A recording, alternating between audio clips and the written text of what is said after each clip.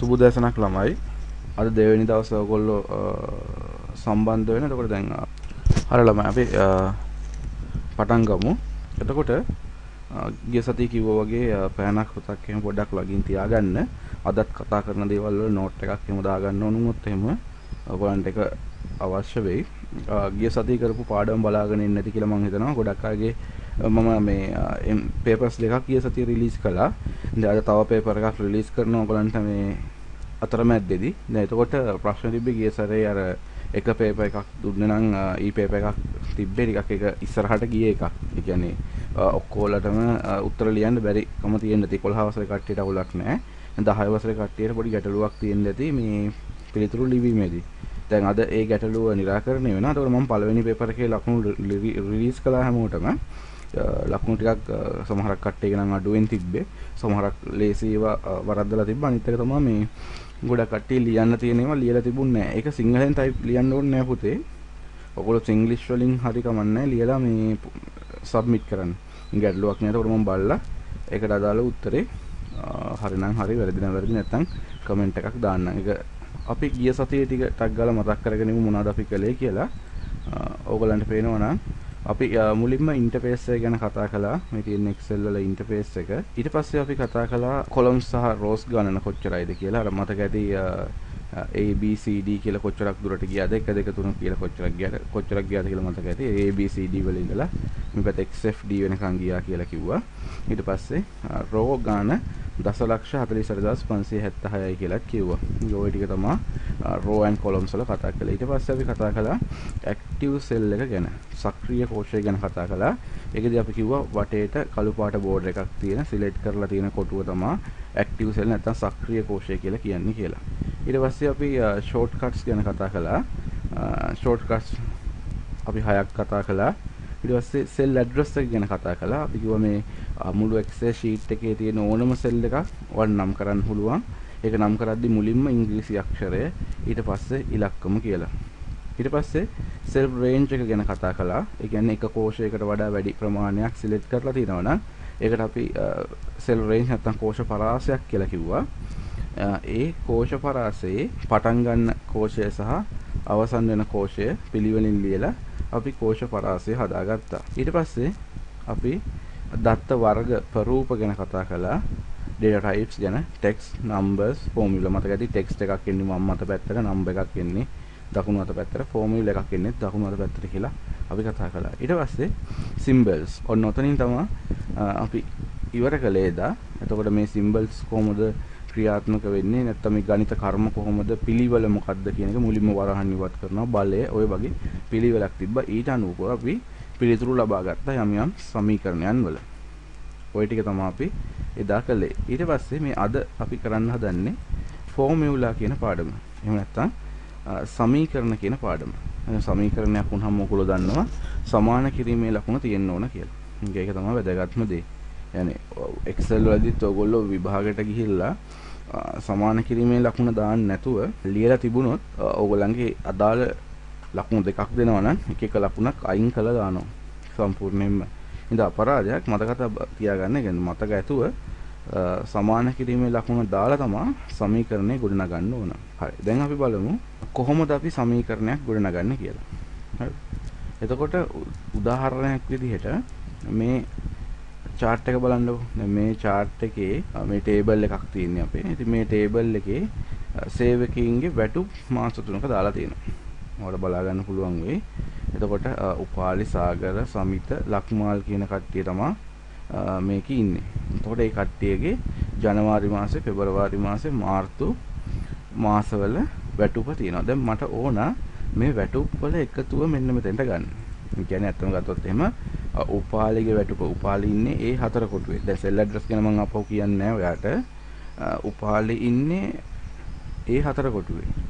එහෙනම් මට උපාලිගේ වැටුප් වල එකතුව ගන්න ඕන ඊ 4 කොටුවට. එතකොට අපි කොහොමද ඕක කරන්නේ? අපි මුලින්ම මේ සමීකරණය ගොඩනගනවා. සමීකරණය හරි සරලයි. මම කිව්වා මුලින්ම මොකද දාන්න ඕන? මුලින්ම දාන්න ඕන සමාන කිරීමේ ලකුණ. ඔන්න අපි සමාන කිරීමේ ලකුණ දැම්මා. සමාන කිරීමේ ලකුණ දාලා ඉවර වෙලා අපි කරන්නේ අවශ්‍ය කොටු තුන දැන් අපේ අවශ්‍ය එකතු කරන්න ඕන කොටු තුන මොකද්ද? ජනවාරි මාසේ වඩියයි, පෙබරවාරි මාසේ වැටුප සහ මාර්තු මාසේ වැටුප තමයි එකතු කරන්න ඕන. දැන් එතකොට ජනවාරි මාසේ වැටුප තියෙන කොටුව මොකද්ද? ජනවාරි මාසේ වැටුප තියෙන කොටුව ඔන්න මම ක්ලික් කරාම මේ B4. දැන් ක්ලික් කරපු ගමන්ම පේනවා ඔයාට B4 කියලා මෙතන ගත්තා. එහෙම නැත්නම් ඔයාලට පුළුවන් ක්ලික් නොකරත් ටයිප් කරන්නත් පුළුවන් B4. එහෙම ටයිප් කරන්නත් පුළුවන්. ගැටලුවක් නැහැ. එහෙම අපි ටයිප් කරාට පස්සේ මතක තියාගන්න ඒ කොටුව මෙන්න මේ විදිහට හයිලා, ඒ කියන්නේ වටේට බෝඩර් එකකින් පෙන්වනවා. මෙයාව මේ සමීකරණයකට ඇඩ් වෙලා තියෙන්නේ කියලා. හරිද? එන B4. ඊට පස්සේ අපි කරන්නේ එකතු කිරීමේ ලකුණ. හරිනේ B4ට එකතු කරනවා කවුද? ඊට පස්සේ කොටුව. හරි ලේසියි මේක උඩ ක්ලික් කරා නම්. ක්ලික් කරපු ගමන් මෙයාව ගන්නවා C4. එහෙනම් B4ට C4 එකතු කළා. ඊට පස්සේ ආපහු එයාට එකතු කරනවා කවුද? D4. එහෙනම් දැන් B4 ධන C4 ධන D4 එන්ටර් කළා නම් ඔයාලට උත්තරේ හම්බ වෙනවා 70200යි කියලා. 70200යි කියලා ඔයාලට උත්තරේ බලා ගන්න පුළුවන්. හරිද? දැන් ඒ වගේම අපි ඊළඟ එකට යන්. ඊළඟ එක වෙන්නේ අපේ සාගරගේ වැටුප්පල එකතුව හොයන එක. එතකොට සාගරගේ වැටුප්පල එකතුව හොයන්නේ නම් අපි අර වගේම තමයි සමානයි. ඊට පස්සේ B5 එකතු කිරීම, C5 එකතු කිරීම, D5. හරි? ක්ලික් කර කර ගියේ B5 එකතු කිරීම, C5 එකතු කිරීම, D5. ඔන්න ඔය විදිහට ඔයගලන්ට ඇඩ් කරගෙන යන්න පුළුවන්. හරි. ඔයගොල්ලෝ පොතක් තියාගෙන ඉන්න හින්දා පොතේ මේ පොඩි නෝට් එකක් දාගමු අපි. හරිද? මාතෘකාව දාගන්න. Excel වල සමීකරණ නිර්මාණය කිරීම. Excel වල සමීකරණ නිර්මාණය කිරීම. ඒක යටතේ ලියා ගන්න. Excel තුල සමීකරණයක් නිර්මාණය කිරීමේදී Excel තුල සමීකරණයක් නිර්මාණය කිරීමේදී වැදගත්ම අංගය ලෙස සමාන කිරීමේ ලකුණ හැඳින්විය හැක. සමාන කිරීමේ ලකුණ හැඳින්විය හැක. සමාන කිරීමේ ලකුණ හැඳින්විය හැක. ඉන්පසු අදාළ ගණිත කර්මය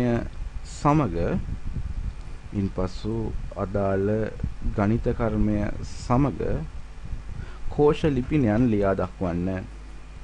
කෝෂ ලිපිනයන් ලියා දක්වන්න.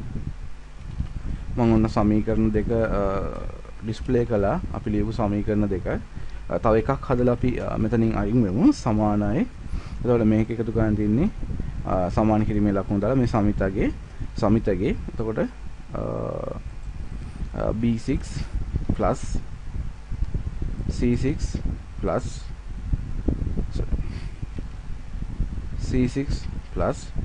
D6 B6 C6 සහ D6 එකතු කරන්න තියෙන්නේ. එහෙනම් එන්ටර් කළා නම් උත්තරේ ඔයාට මොකක්ද කියලා හම්බ වෙනවා. එතකොට මේක හරි සරල එකක්.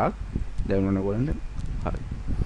කැමති කට්ටිය අවශ්‍ය කට්ටිය ඉන්නවා නම් මේක ස්ක්‍රීන්ෂොට් එකක් හරි තියාගන්න. දැන් ආයි කොහොම මේක අඳ ගන්න ඕනේ නැහැ. ස්ක්‍රීන්ෂොට් එකක් තියාගන්න ඕගොල්ලෝ ගාව. එතකොට ඕන වුණාම බලා ගන්න පුළුවන් සමීකරණ ටික නිර්මාණය වෙන්නේ කොහොමද කියලා. හරි. දැන් ඊට පස්සේ අපි යන්නේ මේ සාමාන්‍යයගේ හොයන්නේ. ඔයගොල්ලෝ ගණිතයේදී කරන්න ඇති සාමාන්‍යයගේ කියන්නේ මොකක්ද කියලා. ඒ කියන්නේ අගයන් කිහිපයක් තියෙනකොට ඒ අගයන් කිහිපය වෙනුවට පොදුවේ භාවිතා කරන්න පුළුවන් අගය. දැන් ඕක ඔයගොල්ලෝ ගොඩක් ඒවා කරලා තිනවා. මාතය, මධ්‍යස්ථය, ඒ වගේ දේවල් ඔයගොල්ලෝ කරලා තිනවා. එතකොට මේකෙදි වෙන්නේ අගයන් ටික එකතු කරලා ඒ අගයන් ටික අගයන් ප්‍රමාණයන්ගෙන් බෙදනවා. ඒ කියන්නේ උදාහරණයක් ගත්තොත් එහෙම මෙතන උපාලිගේ වැටුප් 3ක් තියෙනවනේ. උපාලිගේ වැටුප් 3 එකතු කරනවා. එකතු කරලා මාස 3ක වැටුප්නේ 3ෙන් බෙදනවා. දැන් දන්නකෝ අවුරුද්දක වැටුප් තිබ්බා කියලා. එහෙනම් මුළු අවුරුද්දෙම වැටුප් ටික එකතු කරනවා. ඒක කුජලයාගේ මාස 12න් බෙදනවා. හරි ඒක තමයි සාමාන්‍යයගේ කියලා කියන්නේ. දැන් එතකොට මේක කොහොමද මෙතන ගණිත කර්මය කරගන්නේ? මුලින්ම කරන්නේ සමාන කිරීමේ ලකුණ දානවා. දාලා ඉවරලා අපි කරන්නේ අපි හිතමුකෝ අපි එකතුව හොයලා නැහැ කියලා. ඒක අමතක කරමු. අපි එකතුව හොයලා නැහැ කියලා හිතමු. වරහණක් ඇරලා මේ වරහණ අනිවාර්යයි. හේතුව එකතු කිරීම කරද්දී වරහණ දැම්මේ නැත්නම් අර අවසාන අගය තමයි බෙදෙන්නේ. ඒ හින්දා සමානයි වරහණක් දාලා අර විදිහම තමයි එකතු කිරීම ගන්න. මෙයා එකතු කළා. හරියත් එක්ක මෙයා B4 C4 එහෙනම් D4 ඔන්න එකතු කරලා ඉවරයි කට්ටිය. හතර දෙනා තුන් දෙනාම එකතු කළා. ඊට පස්සේ වරහණ වහන මතක තියාගන්න. එකතු මුලින්ම මතක තියාගන්න ගණිත කර්ම සිදු කරද්දී ඔයගොල්ලන්ට මතක ඇති මම කිව්වා මුලින්ම වරහණ තමයි ඉවත් වෙන්නේ. එහෙනම් මේ තුන් දෙනාම එකතු වෙනවා මුලින්ම.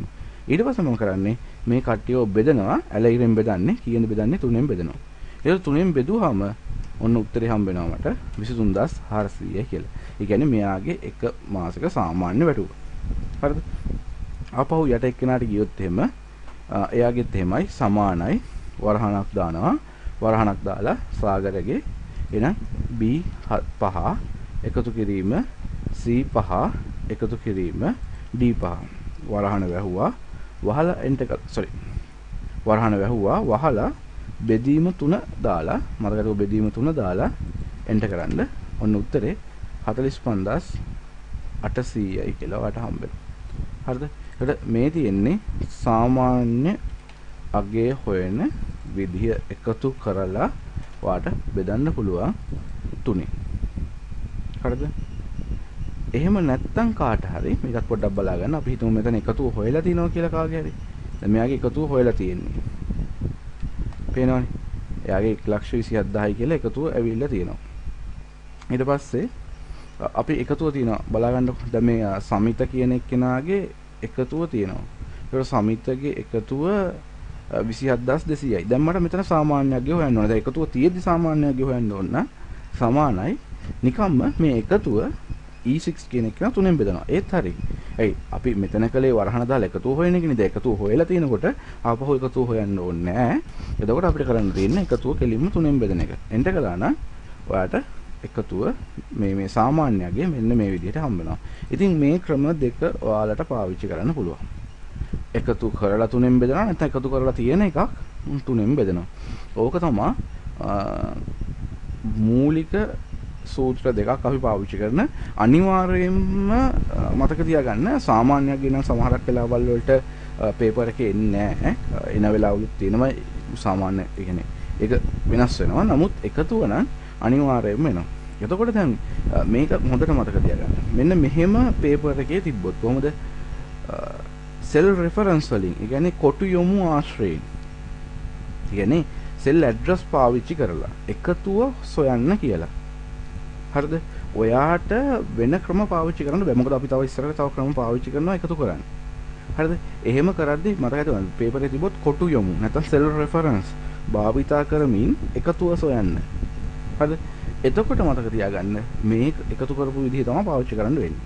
ඔයා නිකන් හරි වෙන එකක් දාලා තිබුණොත් එහෙම හරිද? ඒ කියන්නේ අපි කියමුකෝ ඔයා වෙන සමීකරණකින් එකතු හොයලා තිනවා කියලා. එතකොට ලකුණු ටික හම්බෙන්නේ නැහැ. ඒක උත්තරේ හරි ඒක පිළිගන්නවා. නමුත් එයාලා කියලා තියෙන දේ කරන්න ඕනේ. හරිද? ගොඩක් වෙලාවට ඔය ප්‍රශ්නේ ඉඳ Excel වල ගොඩක් ළමයි ලකුණු කපා ගන්නවා. හරිද? එහෙනම් මතක ඇතුව හරිද? මතක ඇතුව මේ ඔය කියලා තියෙනවා නම් සෙල් රෙෆරන්ස් වලින් එකතු හොයන්න කියලා. සෙල් රෙෆරන්ස් කියන්නේ ඔන්න ඔය විදිහට තමයි. හරිද? හරි ඊට පස්සේ අපි බලමු මේකේ ස්ක්‍රීන්ෂොට් එකක් ගහගන්නද කියලා මම හිතනවා කට්ටියම. අපි පොඩ්ඩක් පල්ලෙහාට යන්. එතකොට මේකේ තියෙනවා මොකක්ද තියෙන්නේ? පැත්තක දිග 3ක් වන සමචතුරස්‍රයේ වර්ගඵලය සොයන්න. හරි. අපි වර්ගඵලය හොයන්න ඕන මේ C20 කියන කොටුවේ. මේ තියෙන කොටුවේ. එතකොට සමචතුරස්‍රයේ මේ සමචතුරස්‍රයේ එක පැත්තක දිග 3යිලු. අපි ඒකගේ මොකක් හරි හිතමුකෝ සෙන්ටිමීටර් වෙන්න පුළුවන්, අඟල් වෙන්න පුළුවන්, මොකක් හරි එකක්. එතකොට ඔන්න ඔය කොටුවේ වර්ගඵලය හොයන්න කියලා තමයි කියන්නේ. දැන් එතකොට කොහොමද වර්ගඵලය හොයන්නේ ඔය කොටුවේ? එක පැත්තක දිග 3යි නම් අපි දන්නවා සමචතුරස්‍රයේ වර්ගඵලය හොයන්නේ 3 වැඩි කිරීම 3. අපිට එහෙම හොයන්න පුළුවන්. ඒක කොහොමද හොයන්නේ? අපි කියමු එක පැත්තක දිග අපි මෙතන දාගමු එක පැත්තක දිග 3යි. මේ තියෙන පැත්තක දිග. එහෙනම් අපි වර්ගඵලය මෙතන දැන් හොයන්න හදන්නේ. දැන් පැත්තක දිග තියෙනවා මෙන්න මෙතන C17 කොටුවේ තියෙනවා. මම ඒක වෙන පාටක් කරන්නම්. කොන්තැඹිලි පාටින් දාලා තින්නේ C17 තියෙනවා එක පැත්තක දිග. දැන් මම වර්ගඵලය හොයන්න යන්නේ. දැන් එහෙනම් මම ලියනවා සමානයි. හරිද? සමාන කිරීම දාලා ලියනවා 3 ඔන්න C17 වැඩි කිරීම ගන්නේ shift එකත් එක්කලා 8න් තරු ලකුණ ආයිත් C17 C17 C17න් වැඩි කළා නම් මේක සමචතුරස්‍රයන්නේ. හරි. එහෙනම් උත්තරය අපිට හම්බ වෙනවා කීයයි කියලාද? 9යි කියලා. හරි නේද? එහෙමත් අපිට හොයන්න පුළුවන්. හරිද? එහෙම නැත්නම් මේක 3 දෙවෙනි බලයනේ. හරිද? එතකොට 3 දෙවෙනි බලය හොයන්න අපි කරන්නේ සමානයි 3 තියෙන්නේ C17 C17 දෙවෙනි බලය. බලය දාන්නේ shift එකත් එක්කලා 6. shift එකත් එක්කලා 6. එතකොට shift එකත් එක්කලා 6 ක්ලික් කරලා ඒකේ දෙවෙනි බලය. ඒ කියන්නේ C17 දෙවෙනි බලය.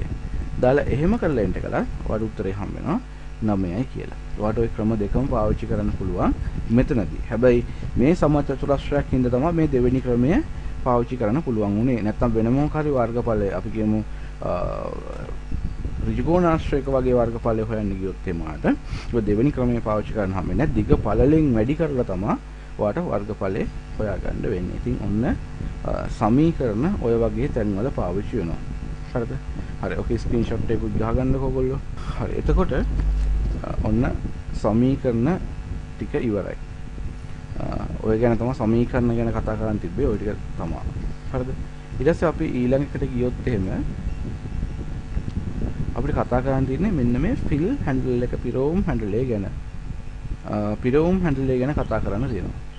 එතකොට පිරවුම් හැන්ඩලේ කියලා කියන්නේ මොකද්ද? පිරවුම් හැන්ඩලේ කියලා කියන්නේ පුතේ Excel වල අපි එක සමීකරණයක් ගොඩනැගුවට පස්සේ Excel වල අපි එක සමීකරණයක් ගොඩනැගුවට පස්සේ අපිට පුළුවන් ඒ සමීකරණය කොපි කරගන්න පහලට. يعني එකක් ගොඩනැගුවාම ඇති ඉතුරු ටික අපිට පුළුවන් මොන කරන්නද? කොපි කරගන්න පල්ලෙහාට. දැන් එතකොට එහෙම කොපි කරගන්නවට තමයි අපි පාවිච්චි කරනවා fill handle කියන නැත්නම් පිරවුම් හැන්ඩලේ කියන එක. පිරවුම් හැන්ඩලේ කොහෙද තියෙන්නේ කියලා බැලුවොත් එහෙම ඕගලන්ට පේනවද දන්නේ නැහැ. මම කොටුවක් සිලෙක්ට් කළා. මෙන්න මෙහෙම කොටුවක් සිලෙක්ට් කළා කියන්නේ කොක තැනක මේ සිලෙක්ට් කරපු කොටුවේ යට කෙරෝලේ පොඩි කළු පාට ඩොට් එකක් තියෙනවා. දැන් කම්පියුටර් උත් එක්කලා ඉන්න කට්ටිය ඉන්නවා නම් ළඟ පොඩක් Excel ඕපන් කරගන්න තියෙන චුට්ටක් බලන්න. හරිද? එහෙම තියෙනවද කියලා. මේ කොටුවේ දකුණු අත පැත්තේ කෙරෝලේ කළු පාට කොටුවක් තියෙනවා. ඔය චූටි කොටුවක් ගන්න. එතකොට චූටි කොටුව උඩට ගියාම මගේ මවුස් එකේ අයිකන් එක දැන්ට ඔය ප්ලස් මාක් එකක් නේ තියෙන්නේ. කියන්නේ ටිකක් කුරුසයක් වගේ ලකුණක් නේ තියෙන්නේ. දැන් ඔක පොඩ්ඩක් අර මේ කළු පාට ඩොට් එක ගාවට ගියාම ඔන්න හරියටම ප්ලස් මාක් කළු පාට ප්ලස් මාක් එකක් බාටපත් වෙනවා. හරිද? දැන් ඔතන ඕක තමයි ෆිල් හැන්ඩල් කියලා කියන්නේ. දැන් අපි වැටුප්පල එකතු අතනදී හෙව්වනේ මතකද? උපාලිගේ වැටුප්පල කොහොමද එකතු හෙව්වේ? සමානයි B4 එකතු කිරීම C4 එකතු කිරීම D4. හරිනේ. දැන් එතකොට ඔන්න මට උත්තරය ඇවිල්ලා තියෙන්නේ. එකක විතරනේ උත්තරය ආවේ. දැන් හරිය ලේසි ඉතුරු උත්තර ටික ගන්න. මොකද කරන්න තියෙන්නේ? ආර ෆිල් හැන්ඩල් එක උඩට ගියාම මෙන්න මෙහෙම මවුස් එක අරගෙන දැන් ඔයාලට පේනවා මේ මවුස් එකේ අයිකන් එක එක වෙලාවකදී වෙනස් වෙනවා. හරි. එහෙම වෙනස් වුණ ගමන් left එක ඔබාගෙන මම පල්ලෙහාට අදිනවා. ඔන්න ඔහොම. බාන්න ඉතුරු උත්තර ටිකක් ආවද නැද්ද කියලා. ඉතුරු උත්තර ටිකත් ඉබේම ජෙනරේට් වෙනවා. ඉබේම එනවා. හරිද? අපි බලමු ආපහු කොහොමද කරන්න කියලා. අපි එකක උත්තරේ හෙව්වා, සමීකරණේ ලිව්වා. ලියලිවල ෆිල් හැන්ඩල් එකට ආවා. ඊට පස්සේ පහලට ඇද්දා. ඔන්නෝම උත්තර ටික අපිට ගන්න පුළුවන්. හරි.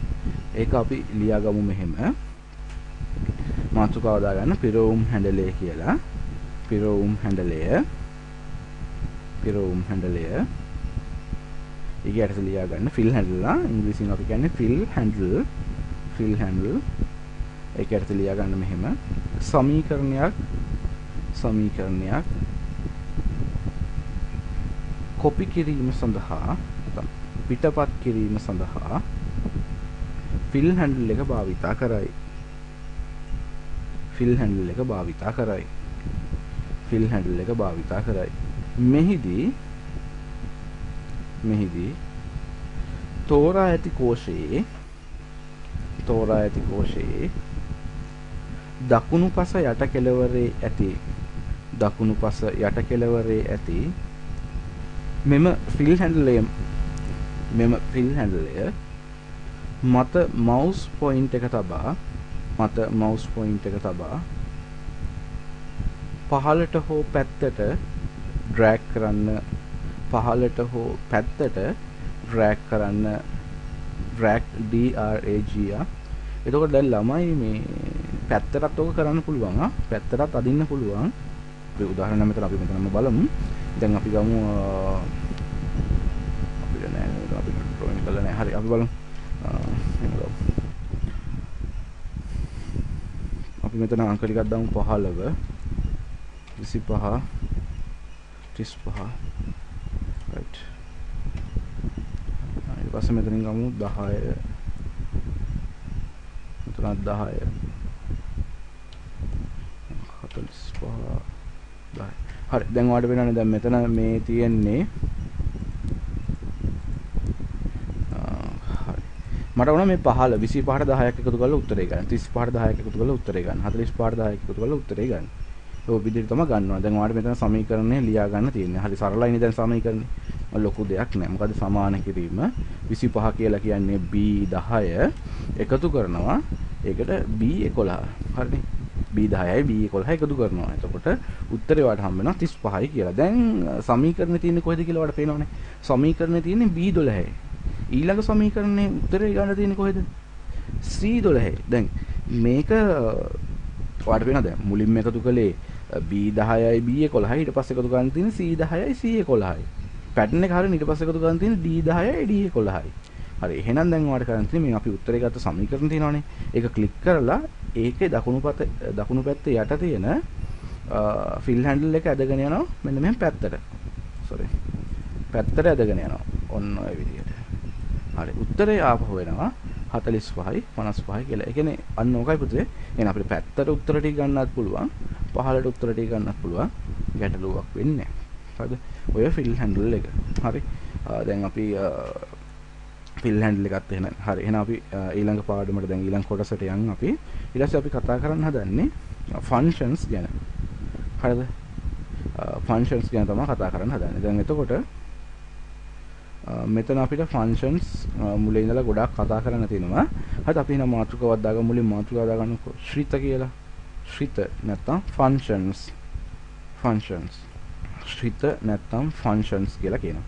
ඒක යටතේ ලියන්න මෙහෙම. ඒක යටතේ ලියන්න ගණිත කර්ම සිදු කිරීමේදී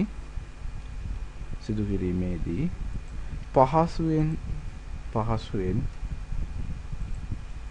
එම ගණිත කර්ම සිදු කිරීම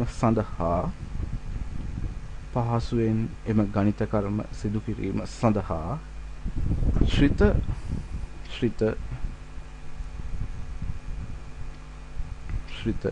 භාවිතා කරනු ලබයි. ශ්‍රිතයක් නිර්මාණය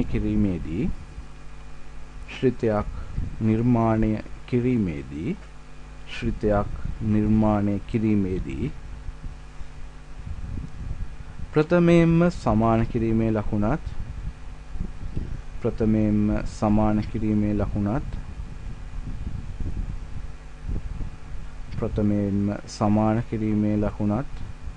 ඉන්පසුව ශ්‍රිතේ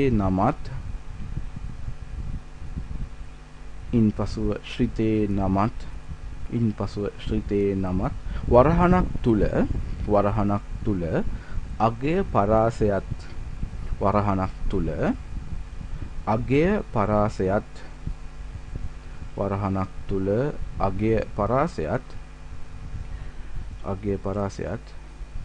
ඇතුළත් කරනු ලබයි. ළමයි රෙකෝඩින් එකක් දානවා. දැන් ප්‍රශ්නයක් අහලා තිබ්බා කට්ටිය රෙකෝඩින් එකක් දානවා. ඒක රෙකෝඩින් එකක් දානවා. හැබැයි මම එක සතියකමාරක් විතර ගිහිල්ලා දාන්නේ. මොකද නැත්නම් ඔන්ලයින් ක්ලාස් එකේ ළමයි සම්බන්ධ වෙන්නේ නැහැ. එයාලා රෙකෝඩින් එක බලාපොරොත්තු වෙමින් ඉන්නවා. මේ දැන් අනිත් එක තමයි ලබන සතියේ ඉඳන් අපි සම්බන්ධ වෙන විදිහ වෙනස් වෙයි. ඒ කියන්නේ Google Meeting එක නොවෙන්න පුළුවන් අපි ඊට පස්සේ සම්බන්ධ වෙන විදිහ. මොකද මේකේ ගොඩක් ප්‍රශ්න තිබ්බා ළමයිට. ඒ කියන්නේ Google Meeting දාගන්න විදිහ, ඊට පස්සේ මේකට ජොයින් වෙන විදිහ, ඒවත් එක්ක ගැටලු තිබ්බා. ඒ හින්දා වෙබ් අඩවියක් නිර්මාණය වෙලා තියෙනවා ටෙක්විෂන් ආයතනයෙන්ම. එතකොට ඒකේ ඔයාලට පුළුවන් ඒකත් එක්ක සම්බන්ධ වෙලා ඔයාලට කැමති වෙලාවක ඇවිල්ලා ලබන මේ සතිය බලමු අපි. බලමු මේ ලබන සතිය හෝ ලබන ඊළඟ ස්ටෙප් එක වෙන්නේ ඒක තමයි. ඒ කියන්නේ අපි අපේ ලයිව් ටෙලිකාස්ට් එකක්. ඒ කියන්නේ ඔයාලට ඕන වෙලාවට ඇවිල්ලා වීඩියෝ එක බලන්න පුළුවන්. අනිත් එක තමයි මේ ලයිව් එක යනකොට කෙලිම මේ වගේ software එහෙම කතන්දරයක් නෑ. ඔයාලට වෙබ් browser එකට ගියා. වෙබ් browser එකෙන් අදාළ URL එක type කරලා enter කරන්න විතරයි තියෙන්නේ. ඊට පස්සේ display වෙනවා. හරිද? ඒ ක්‍රමයට යන තමයි බලාපොරොත්තු තියෙන්නේ. දැන් මොකද මේ වෙනකොට අපිට අපේ පන්තිවල ළමයිගෙන් පිට ළමයිනුත් ගොඩක් අය කතා කරනවා. එහෙම ඔන්ලයින් කරන්න බැරිද? ඔන්ලයින් කරන්න බැරිද? කියන තාමත් ප්‍රශ්න තියෙන්නේ. ඒ ළමයිව හරියට කන්ටැක්ට් කරගන්න අපිට විදිහක් නැහැ. හේතුව පේමන්ට්ස් ප්‍රශ්න තියෙනවා. ඒගොල්ලන්ට සල්ලි දාන විදිහ හරියට එහෙම කරගන්න බෑ. අපි ළමයිව අඳුරන්නේ නැහැ හැම වුණාම. එහෙම ප්‍රශ්න ගොඩක් තියෙනවා. ඒ හින්දා අපි මේ පීරියඩ් එක ගිහලා තියෙන ඔන්ලයින්ම පේ කරන්න පුළුවන් ඔයාලට. ඒ කියන්නේ ඔයාලා කාඩ් එකක් විතර වීසා කාඩ් එකක් හරි මොකක් හරි එකක් තියෙනවා නම් ඒ හරහාම පේ කරලා ඔයගලන්ට වීඩියෝ එක මාසයක් පුරාම රුපියල් 600 කියන්නකො. රුපියල් 600ට මුළු මාසෙ පුරාම ගිහිල්ලා අපි කරන ලයිව් වැඩසටහන් ටික ප්‍රශ්න ටික ඔක්කොම ටික එකම ගන්න පුළුවන්. හරිද? ඒ ස්ටෙප් එකට අපි මේ දවස්වල ගිහිල්ලා තියෙනවා. හරිද? ඒක මම URL එක ඔයගලන්ට ඊළඟ සතිය වෙනකොට දෙන්නම්. හරි? බුවන අහලා තිබ්බා මේ රෙකෝඩින් කරගත්තට කමක් නැද්ද කියලා. කමක් නැහැ පුතේ. ඒක රෙකෝඩින් එකක් වට ඕන රෙකෝඩින් එක දාගන්න. හරිද? දාගනවා පස්සේ බලන්න. මමත් මෙහෙ රෙකෝඩින් එකක් කරනවා.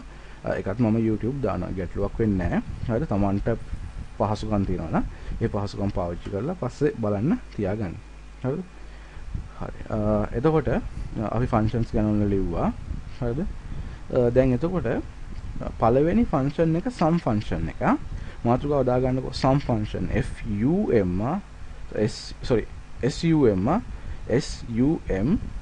function sum function හරිද ලියා ගන්න එක යටතේ මෙන්න මෙහෙම එකතුව සෙවීම සඳහා භාවිතා කරන function එක මෙයයි එකතුව සෙවීම සඳහා භාවිතා කරන function එක මෙයයි එකතුව සෙවීම සඳහා භාවිතා කරන ෆන්ක්ෂන් එක මෙයයි.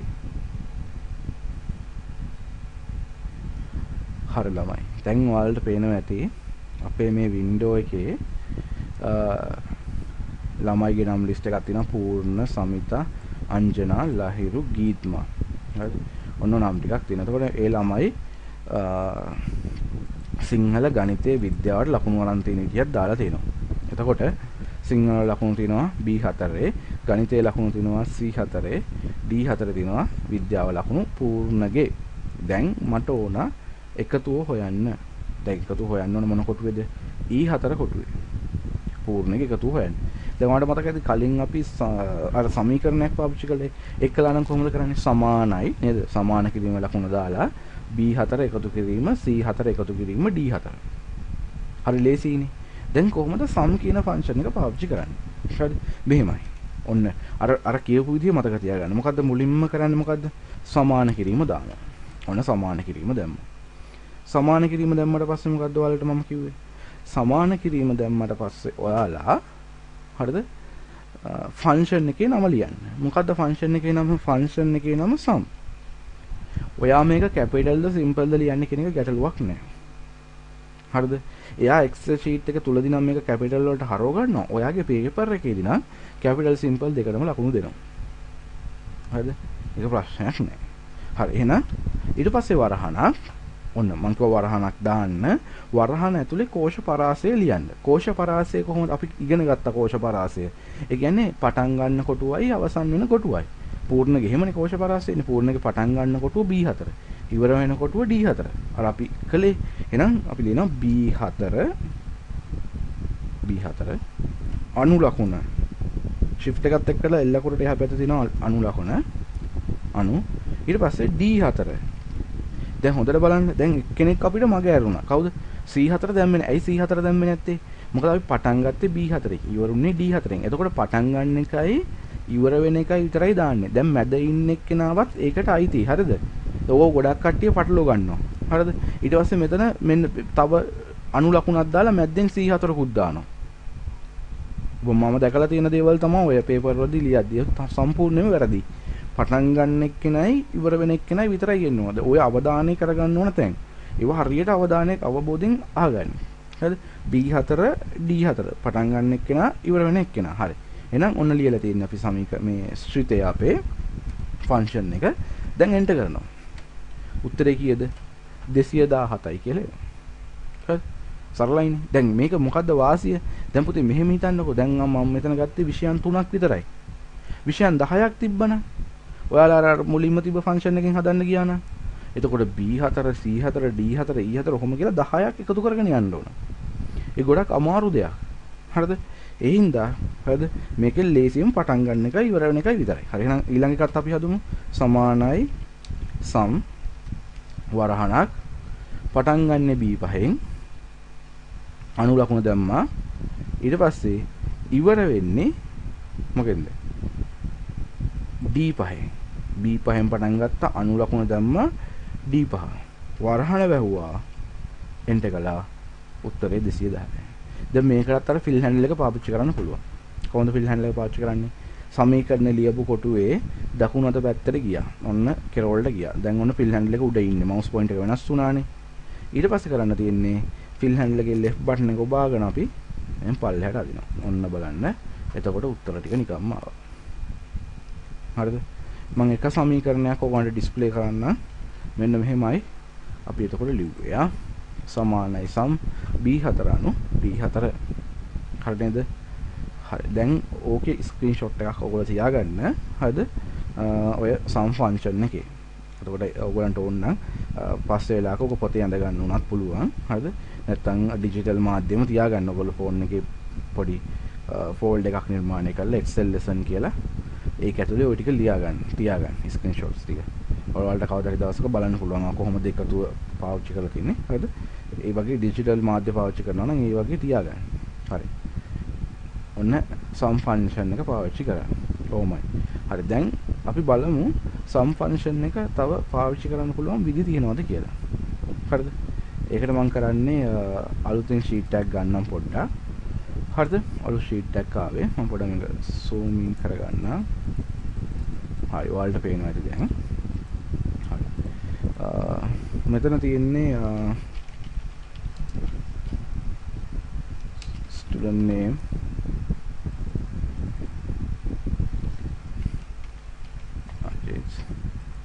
මේ විෂයන් ටිකක ලකුණු කියලා කියන්නකෝ. මම විෂයන් දාන්න යන්නේ නැහැ දැන්.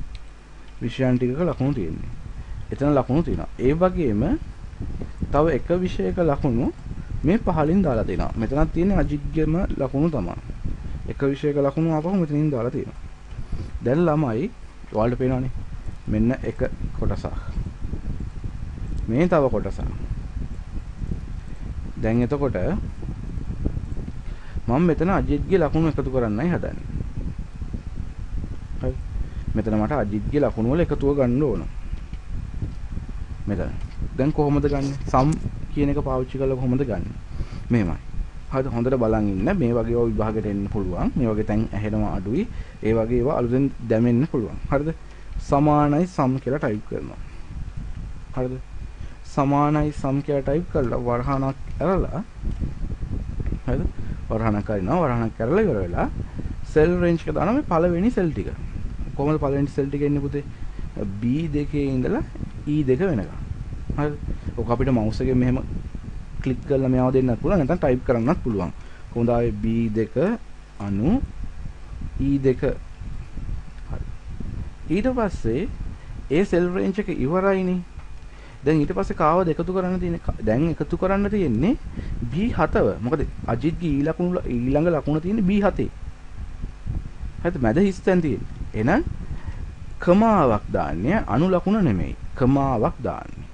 ඒ කියන්නේ අර සෙල් රේන්ජ් එකත් එක්කලා අර කෝෂ පරාසයත් එක්කලා ඒ කියන්නේ B2 ඉඳලා E2 වෙනකන් එතන ඉඳලා ඊට පස්සේ කමාවක් දානවා. දාලා ඉවරලා B7 තමයි තියෙන්නේ 45යි කියලා නැත්නම් ඊළඟ ලකුණ.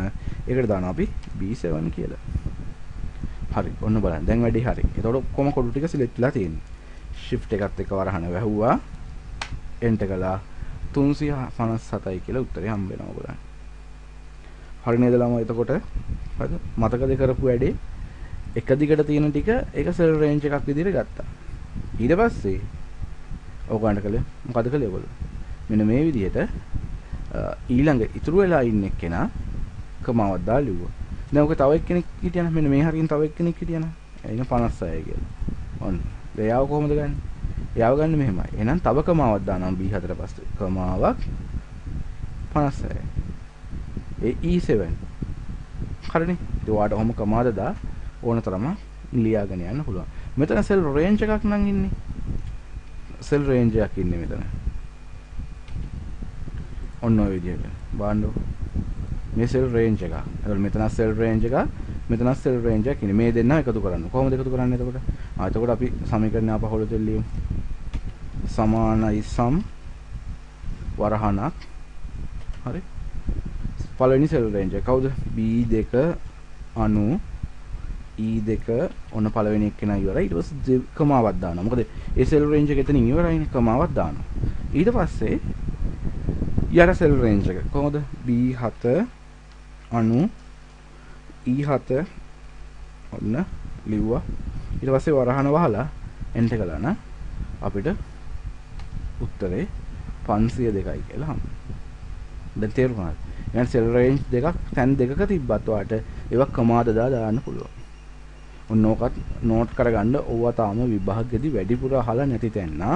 හරි ස්ක්‍රීන්ෂොට් එකක් හරි ගහගෙන තියාගන්න. ඔන්න. හරි. එහෙනම් මෙතනින් අපි දැන් සම් එක පටන් ගත්තා. ඔයගොල්ලන්ට ස්ක්‍රීන්ෂොට් එකක් ගහගන්න ඉති කියලා කියන හිතනවා. හරි ළමයි. දැන් සම් ෆන්ක්ෂන් එක හරියට කොට. හරිද? සම් ෆන්ක්ෂන් එක ඔයගොල්ලෝ ලියත් ගත්තා. දැන් ඊට පස්සේ අපි ඊළඟ ෆන්ක්ෂන් එකට අපිට මේක හරි ලේසි. මොකද ඔක්කොම ෆන්ක්ෂන් පහයි තියෙන්නේ ඉගෙන ගන්න. හරිද? ෆන්ක්ෂන් පහෙන් කතන්දර ඉවරයි. ඊට පස්සේ අපි කතා කරන්නේ ඇවරේජ් ෆන්ක්ෂන් එක ගැන.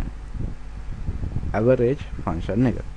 දැන් ඇවරේජ් ෆන්ක්ෂන් එක කියලා ගත්තාම ඇවරේජ් කියලා කියන එක අපි කලින් හැදුවානේ. කොහොමද හැදුවේ? එකතු කරලා බෙදනවා. අගයන් ගානින් බෙදනවා. ඒකනේ කළේ. නේද? ඇවරේජ් ෆන්ක්ෂන් එක කියලා කළේ මොකද කළේ? අපි කළේ එකතු කරා අගයන් ටික එකතු කරලා ඉවරලා එකතු කරපු අගයන් අගයන් ගානින් බෙදුවා. ඔකනේ කළේ. මේකේ හරි ලේසි. ඒක මේක එච්චර දෙයක් කරන්න දෙයක් නැහැ. අර මෙතඩ් එක මතක තියාගන්න. මොකද්ද මෙතඩ් එක? සමානයි ෆන්ක්ෂන් එකේ නම දානවා. මොකද්ද ළමයි ෆන්ක්ෂන් එකේ නම? ෆන්ක්ෂන් එකේ නම ඇවරේජ්. ඇවරේජ්. දාලා වරහන වහලා ඊට පස්සේ සෙල් රේන්ජ් එක දානවා. අපිට ඇවරේජ් එක හොයන්න ඕන කොයි කොටසද කියන එක. දැන් ඇවරේජ් එක හොයන්න ඕන කොයි කොටසද? ඇවරේජ් එක හොයන්න ඕන දැන් පූර්ණගේ ඇවරේජ් එක හොයන්න ඕන නම් B16 ඉඳලා D16 වෙනකම්. එහෙනම් අපි ලියනවා B16 අනු D16 B16 අනු D16. හරිද? ඊට පස්සේ වරහන වහලා අපි එන්ටර් කරනවා. දැන් ඔයාලට බලා ගන්න පුළුවන්. ඔන්න සාමාන්‍ය අගය ආව 72.3 ඒවා ගොඩාක් ඇවිල්ලා තියෙනවා. හරිද? දැන් ඊට පස්සේ ආයි බැලුවොත් එහෙම සමිතයි කොහොමද හොයන්නේ? එහෙනම් සමානයි නේද? සමානයි average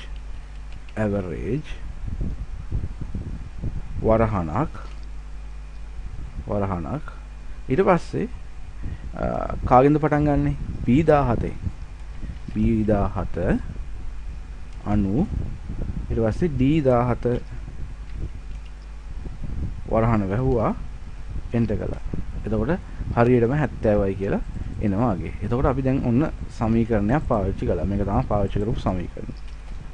සමානයි ඇවරේජ් සෙල් රේන්ජ් එක. හරි. මේකත් ෆිල් හැන්ඩල් එකෙන් මෙහෙම ඇදලා පල්ලෙහාට ගත්තා නම් ඔන්න උත්තර ටික ඉබේම හම්බෙනවා. ඒකත් කරගන්න පුළුවන්. හරි. එහෙනම් අපි සාමාන්‍යයෙන් මෙහෙම ඇවරේජ් ෆන්ක්ෂන් කියන එක ලියා ගන්න මුලින්ම මාතෘකාවක් විදියට average function ඊට පස්සේ අපි ලියමු සාමාන්‍ය අගය ගණනය කිරීම සඳහා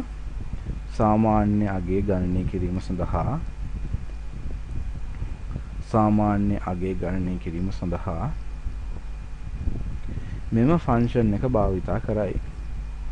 සාමාන්‍ය අගය ගණනය කිරීම සඳහා මෙම ෆන්ක්ෂන්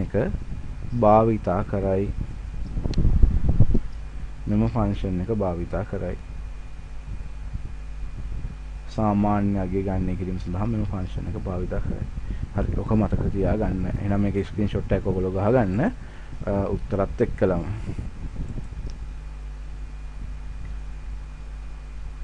ස්ක්‍රීන්ෂොට් එකක් දාගන්න. හරි. ඊට පස්සේ අපි ඊළඟ ෆන්ක්ෂන් එක දෙමු. කවුද ෆන්ක්ෂන් එක? max කියන ෆන්ක්ෂන් එක. හරිද? දැන් බලන්න මට මේ chart එකේ මොකද්ද වෙලා තියෙන්නේ කියලා මේ ළමයිගේ නම් ටිකක් තියෙනවා. හරිද? මේ නම් ටික ඉස්සරහින් විෂය 3ක් තියෙනවා. සිංහල, ගණිතය, විද්‍යාව. දැන් මට ඕන යටින් සිංහල වල වැඩිම ලකුණු හොයාගන්න. ගණිතයේ වැඩිම ලකුණු හොයාගන්න. ඒ වගේම තමයි විද්‍යාවෙත් වැඩිම ලකුණු හොයාගන්න. හරි. ඔය තුනේ කරන්න ඕන මට දැන්. නේද? මොකද සිංහල වල වැඩිම ලකුණුයි, ගණිතයේ වැඩිම ලකුණුයි, විද්‍යාවේ වැඩිම ලකුණුයි හොයාගන්න තමයි ඕන. දැන් එතකොට එහෙනම් සිංහල වල වැඩිම ලකුණු හොයන්න. කොහොමද සිංහල වල වැඩිම ලකුණු හොයන්නේ? හරි. අපි max ෆන්ක්ෂන් එකෙන් ලියන්න ඕන. කොහොම අපි සමීකරණ ලියන්නේ නම් සමානයි. මොන බලගන්න සමානයි. අපේ ෆන්ක්ෂන් එකේ නම මොකද්ද? ෆන්ක්ෂන් එකේ නම max. ඔන්න max කියලා ටයිප් කළා. සමානයි max. ඊට වරහණක් දාලා සෙල් රේන්ජ් එක නැත්තම් කෝෂ පරාසය ලියන්න එපයි දැන්. මොකද්ද කෝෂ පරාසය වෙන්නේ? කෝෂ පරාසය වෙන්නේ පටන් ගන්න කෝෂය. කවුද පූර්ණ ගෙන්න පටන් ගන්නෙ? එයා කවුද? B26. B26. ඊට 32ක් අන්තිම එක කෙනා කවුද? B30. B30. B30. හරි. වරහණ වහලා එන්ටර් කරනවා. දැන් බලන්න මොකද්ද වෙන්නේ කියලා. හරි. උත්තරය ආව 89යි කියලා. හරිද උත්තරේ? හරිනේ. වැඩිම ලකුණු 89 නෙමෙයි. ඒක සමිතගේ තියෙන්නේ. හරිද? හරි. දැන් අපි ගණිත එකත් බලමු මේ විදිහටම. කොහොමද ගණිත එක බලන්නේ? සමානයි max. සමානයි max. වරහණක්. පටන් ගන්න කවුද? පටන් ගන්නේ C26. C26. අනු ඉවර වෙන්නේ කාගෙන්ද? C30. C30. දාලා එන්ටර් කළා නම් ඔන්න උත්තරේ හම්බ වෙනවා 95යි කියලා. දැන් අර ෆිල් හැන්ඩල් එක මේකටත් පාවිච්චි කරන්න පුළුවන්. මෙයාව ක්ලික් කළා. ෆිල් හැන්ඩල් එකෙන් පැත්තට ඇද්දා. ඔන්න උත්තරය ආවා. හරි නේද? එහෙනම් මෙන්න මේක තමයි සමීකරණ වෙන්නේ. ඔන්න ඕක. අපි ඇඩ් කරලා ඔය සමීකරණ වෙන්නේ ඕක. හරි. එහෙනම් අපි ලියාගමු මෙහෙම max function කියලා දාගන්න මාතෘකාව. max function max හරිද? max function කියලා ලියා ගන්න. අගය පරාසයකින්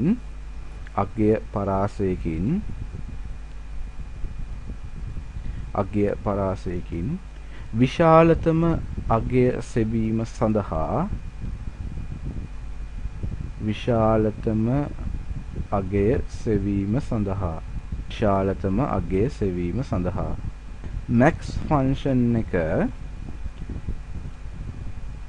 max function එක භාවිතා කරනු ලබයි. max function එක භාවිතා කරනු ලබයි. හරි ළමයි. එහෙනම් ඔයගොල්ලෝ මේක ස්ක්‍රීන්ෂොට් එකක් තියාගන්න.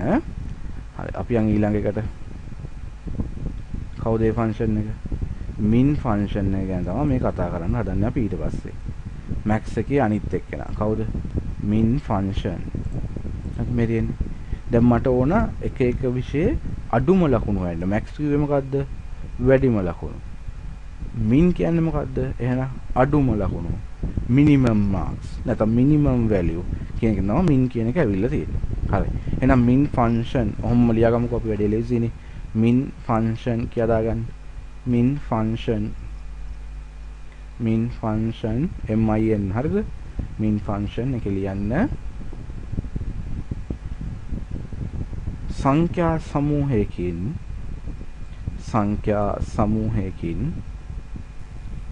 කුඩාම අගය සෙවීම සඳහා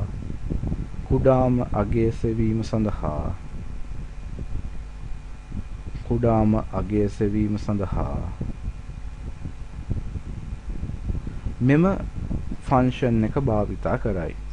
කුඩාම අගය සෙවීම සඳහා මෙම ෆන්ක්ෂන් එක භාවිතා කරයි. කුඩාම අගය සෙවීම සඳහා මෙම ෆන්ක්ෂන් එක භාවිතා කරයි. හරිලා.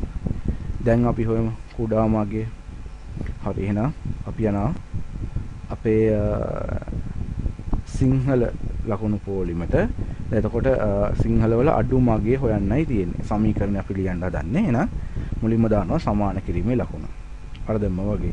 දැන් මොකද ෆන්ක්ෂන් එක min. හරිද? ෆන්ක්ෂන් එකේ නම ලිව්වා. වරහණක් ඇරියා. ඊට පස්සේ සෙල් රේන්ජ් එක. මොකද සෙල් රේන්ජ් එක B37 පටන් ගන්න සෙල් එක අනු ලකුණ දාලා ඉවර වෙන සෙල් එක B41 වරහණ වැහුවා. එන්ටර් කළා නම් වඩ උත්තරේ හම්බ වෙනවා කියයි කියලාද 25යි කියලා. හරිනේ. මේ අගයන් ටිකේ අඩුම ලකුණු තියෙන ගීත් මගේනේ.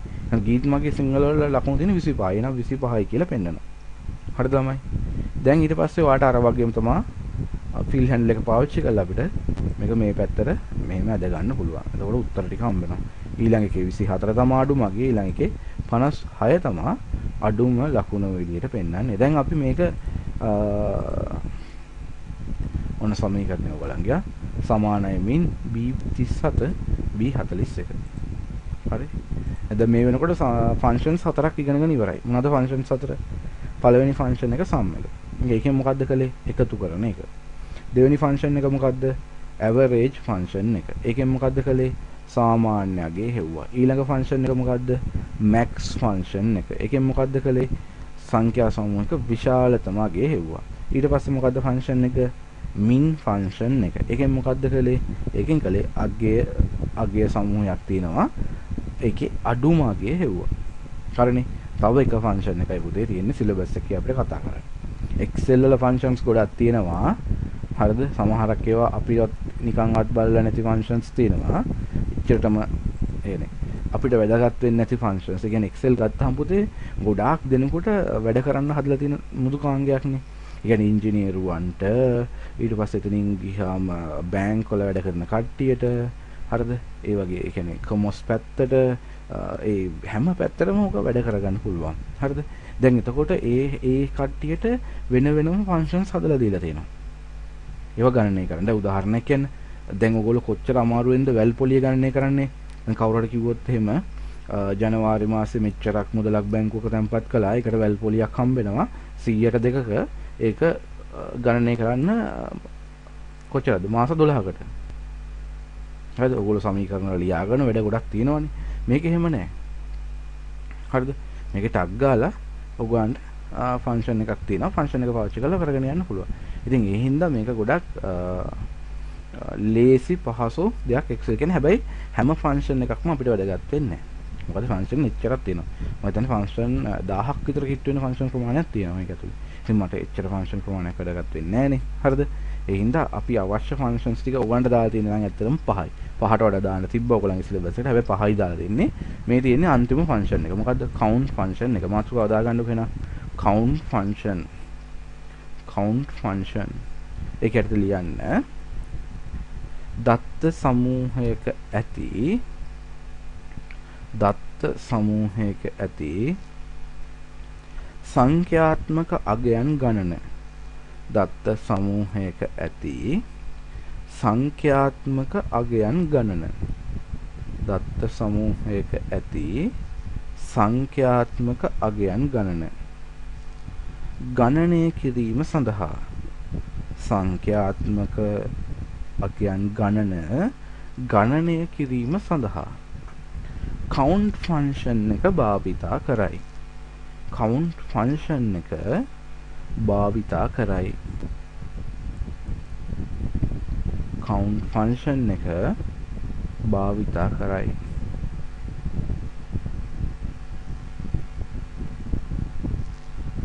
හරි ළමයි. දැන් ඔන්න එතකොට count function එකට මෙන්න බලන්න. අර ළමයි ටිකම ඉන්නවා.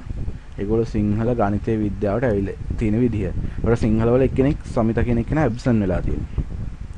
ගණිතයේ එක්කෙනෙක්ගේ ලකුණු වැටිලා නැහැ අංජනාගේ. ඒ කියන්නේ එයාත් විභාගයට එන්නේ නැතුව ඉඳලා හරි මොකද එයාටත් ලකුණු නැහැ. විද්‍යාවේ නම් හැමෝටම ලකුණු තියෙනවා. දැන් මොකක්ද අහලා තියෙන ප්‍රශ්නේ? එක් විෂයට පෙනී සිටි සිසුන් ගණන.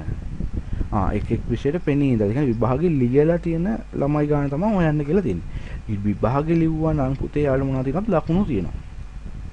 තේරුණාද කියන්නේ? ලකුණු නැහැ කියන්නේ යාළුවා විභාගයට ඉඳලා නැහැ කියන එකනේ. හරිද? දැන් එතකොට අපි ලකුණු තියෙන කී දෙනෙක් කියනවද කියලා බැලුවා නම් හරි. දැන් අපි සිංහල වලට බලමු මොකද?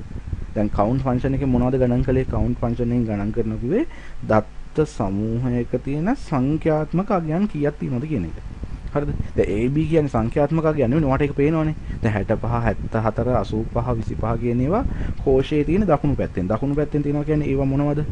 දකුණු පැත්තෙන් තියෙනවා කියලා කියන්නේ ඒවා සංඛ්‍යාත්මක අගයන්. වම් පැත්තේ AB ඉන්නේ. එහෙනම් එයා මොකද්ද? එයා ටෙක්ස්ට් එකක්, පාඩයක්. මතකද නේද දත්ත ප්‍රූප වල අපි කතා කළා. එහෙනම් එයා මේකට අයිති වෙන්න විදිහක් නෑ. අපි බලමු මේක හරියද කියලා. එහෙනම් සමානයි. අපි ලියනවා ෆන්ක්ෂන් එක මුලින්ම සමාන කියන්නේ මොකද ෆන්ක්ෂන් එකේ නම? ෆන්ක්ෂන් එකේ නම count. හරිද? count ෆන්ක්ෂන් එක සමානයි count. ඊට පස්සේ වරහණක් දාලා කවුද පටන් ගන්න සෙල් එක? B47. එහෙනම් B47. ඔන්න පටන් ගන්න සෙල් එක. ඊට පස්සේ අණු ලකුණක් දාලා කවුද ඉවර වෙන සෙල් එක? B51. පටන් ගන්න කාගෙන්ද? 47න්. ඉවර වෙන්නේ කාගෙන්ද? 51න්. හරිනේ නම් B47 B51. වරහණ වැහුවා එන්ටර් කළා. උත්තරේ කීයද කියලා කියන්නේ 4යිලු. විභාගයට වෙන්නේ ඉඳලා තියෙන්නේ 4 දෙනයිලු. හරිනේ. ඇයි ඒ? එක්කෙනෙක් ඇබ්සන්ට් වෙලානේ.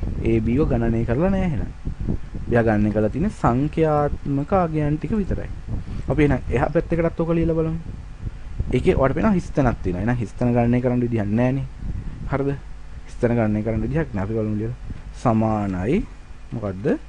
count වරහණක් පටන් ගන්න කාගෙන්ද? C47න්. හරි. ඉවර වෙන්නේ කාගෙන්ද? C51න්. හරි. වරහණ වැහුවා එන්ටර් කළා. ඒත් කීයයිලුද?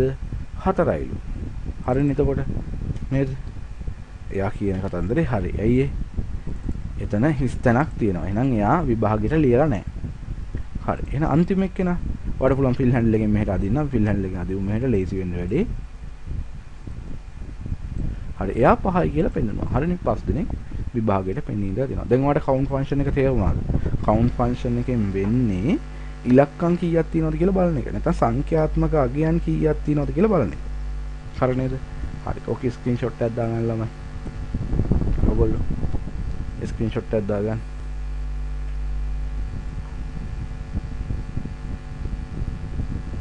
හරි. එහෙනම් මූලික ෆන්ක්ෂන්ස් හතර ඉවරයි ඔන්නේ. 5 ඉවරයි. sum, average, min, max, count. හරි.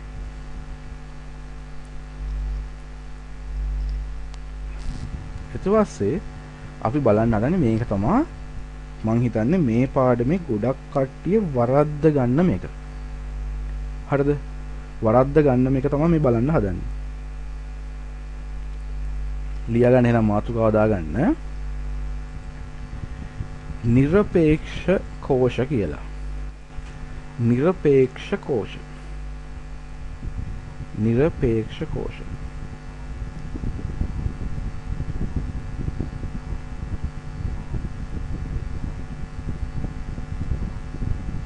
නිරපේක්ෂ කෝෂ. දැන් ඔයාලට chart එකක් පේනවා. හරි අපි ලියලාගෙන ඉමු නිරපේක්ෂ කෝෂ කියන්නේ මොකක්ද කියලා මුලින්ම නේ.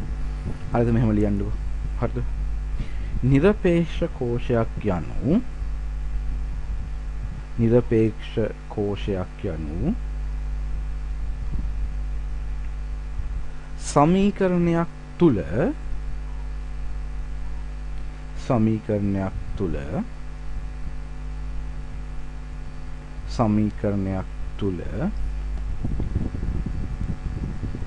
එම සමීකරණයක් තුල එම සමීකරණය පිටපත් කිරීමේදී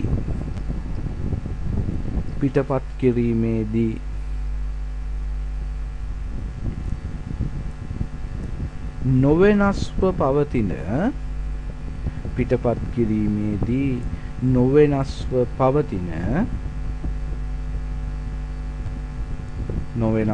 පවතින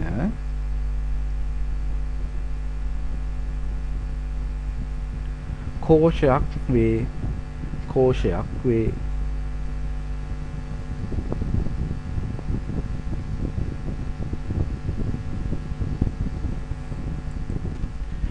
ලියා ගන්න. එම කෝෂ නිරපේක්ෂ කෝෂ බවට පත් කිරීම සඳහා එම කෝෂ නිරපේක්ෂ කෝෂ බවට පත් කිරීම සඳහා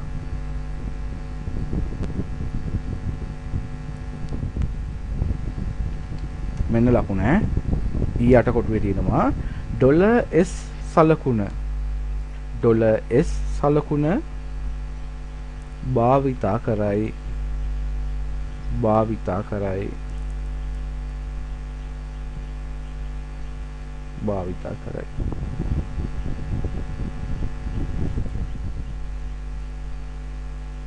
හරිලම දැන් මේ බලන්න දැන් $s ලකුණ තමයි දාන්නේ $s ලකුණ දාන්නේ කොහොමද shift එකත් එක්කලා 4ෙන් එකත් ඕන ලියා ගන්න shift එකත් එක්කලා 4ෙන් තමයි $s ලකුණ දාන්නේ හරි මේ බලන්න දැන් අපි chart එකට යමු දැන් අපේ chart එකේ දිනයන් ටික තියෙනවා මේ තියෙන දිනය මේ ජනවාරි 5 ඉඳන් ජනවාරි 10 වෙනකන් දිනයක් තියෙනවා මේක බුක් ෂොප් එකක් කියලා කියන්නකෝ එතකොට මේ බුක් ෂොප් එකකින් එක එක දවසට මෙන්න මේ වගේ පෑන් ප්‍රමාණයක්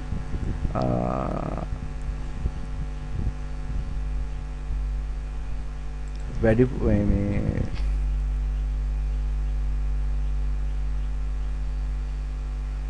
අබෝන නිල් පෑනක් ඉල්ලනවා කාගෙන් හරි නිල් පෑනක් නැද්ද කියලා අහනවන්න වැඩිපුර හරිද මු ගෙදර නෙමෙයිද කොහෙද ඉන්නේ මම හිතන්නේ හරි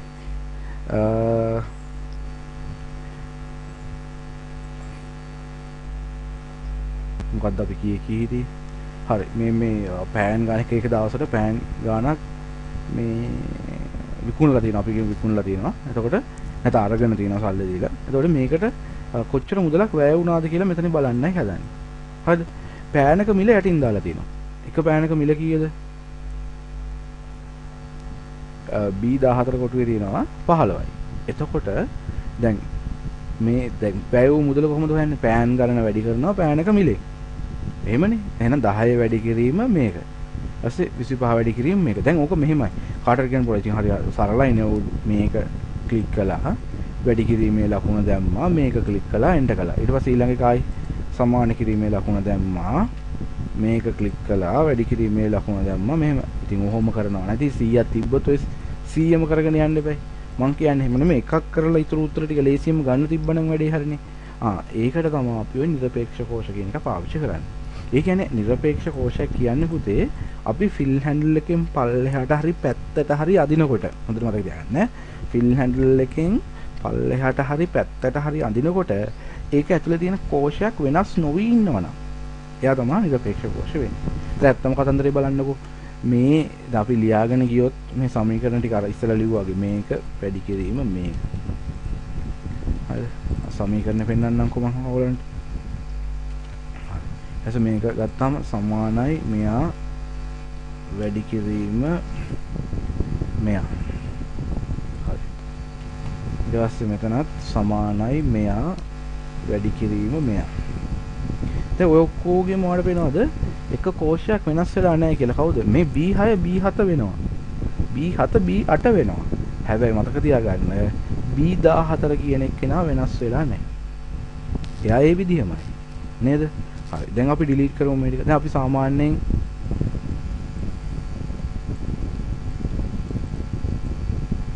සාමාන්‍යයෙන් ලියන විදිහට සමීකරණ ලියමු නා සමානයි මෙයා B6 වැඩි කිරීම B14 ඔන්න ලිව්වා දැන් මොකද්ද කරන්නේ ඔයගොල්ලෝ කරන්නේ දැන් ෆිල් හැන්ඩල් එකෙන් පල්ලෙහාට අදිනවා ඉතින් හරිනේ එහෙමනේ මම කිව්වේ උත්තර ටික ඉබේම ගන්න පුළුවන් කියලා කිව්වනේ දැන් බලමු එකක් ඇදලා මොකද වෙන්නේ කියලා උත්තරේ මොකක් වුණාද බිංදුවයිද 25 15 වැඩි වුණාම බිංදුවයිද නෑනේ වැරදීනේ උත්තරේ මොකද උනේ ඔය මේකයි උනේ හරිද මොකද්ද උනේ මෙතන සමීකරණය මේ බලන්න ඒක හරි B6 වැඩි කිරීම B14 තියෙනවා හරිද හැබැයි මෙතන සමීකරණය ගන්නකොට මොකද වෙලා තියෙන්නේ B7 හරි ඒක හරිනේ B6 B7 වෙලා වැඩි කිරීම B14 B15 වෙලා මේ B15 වෙලා මම මොකුත් නෑනේ හිස්තැනක් නේ තියෙන්නේ දැන් ඒ හින්දා මොකද වෙලා තියෙන්නේ උත්තරේ බිංදුවයි ඇයි හිස්තැනක් කියන්නේ මොකුත් අගයක් නෑ බිංදුවයි අර 25 බිංදුවෙන් වැඩි වෙනවා එතකොට ඉතින් උත්තරේ බිංදුවයි නේ අන්න ඒක තමයි වෙලා තියෙන්නේ හරිද දැන් එතකොට උතන ගැටලුවක්. එහෙනම් මේ B14 කියන එක නා වෙනස් වෙන්නේ නැතුව ඉන්න ඕන. අන්න ඒකට මම කරන්නේ මේ මතක තියාගන්න. ක්‍රම තුනක් තියෙනවා ඩොලර් S ලකුණ දාන්න. ඕන මම ලොකුවටම ලියනවා මෙතන ඈ. හරිද? අයිඩියා ෆොන්ට් සයිස් එක වැඩි කරමු. පේන්නත් එක්කලා මේකට.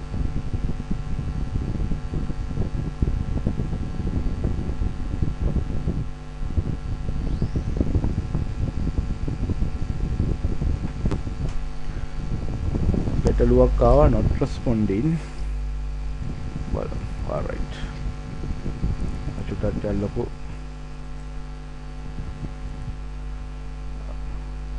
හරි. ඔයාලට පේනවනේ කට්ටිය. හරි. දැන් බලන්න මේ ඩොලර්ස් ලකුණ දාන විදිය ඈ. දැන් අපි උදාහරණයක් කියන්නකෝ. දැන් ඔය B14 නේ අපි ඩොලර්ස් ලකුණ දාන්නේ. අපි හිතමු B14 ඔන්න තියෙනවා B14. දැන් ඔයාලට පුළුවන් පුතේ මේකේ මැදට, ඒ කියන්නේ B අකුර, ඒ කියන්නේ B අකුර කිව්වේ කොලම් එකනේ. 14 කිව්වේ රෝ එක. එහෙමනේ. TY පේලියයි. එතකොට ඔය දෙන්න මැද්දට ඩොලර්ස් ලකුණ දාන්නේ. හරිද? මතක තියාගන්න ඔහොම ඩොලර්ස් ලකුණ දැම්මහම හරිද? ඔහොම ඩොලර්ස් ලකුණ දැම්මහම පහළට අදිනකොට ඔහොම ඩොලර්ස් ලකුණ දැම්මහම පහළට අදිනකොට මොකද්ද? වෙනස් වෙන්නේ නැහැ. හරිද? මේ කියන්නේ B අකුරටයි 14ටයි මැද්දේ ඩොලර්ස් දාලා තියෙනවා නම් මොකද්ද? පහළට අදිනකොට වෙනස් වෙන්නේ නැහැ. හරිද? දැන් කවුරු හරි කෙනෙක් ඩොලර්ස් ලකුණ දාලා තියෙන්නේ B14 ඉස්සරහින් නම් ඔන්න ඔහොමනම්. හරිද? ඔන්න ඔහොමනම්. එතකොට පුතේ, ඒ කියන්නේ B අකුරට ඉස්සරහින් ඈ. ඔය දෙවෙනි එක ඈ. එතකොට පැත්තට අදිනකොට වෙනස් වෙන්නේ නැහැ. තේරුණාද කියන එක? මෙයා දාලා තියෙද්දි පහළට අදිනකොට වෙනස් වෙන්නේ නැහැ. මැද්දට දාලා තියෙද්දි ඩොලර්ස් ලකුණ.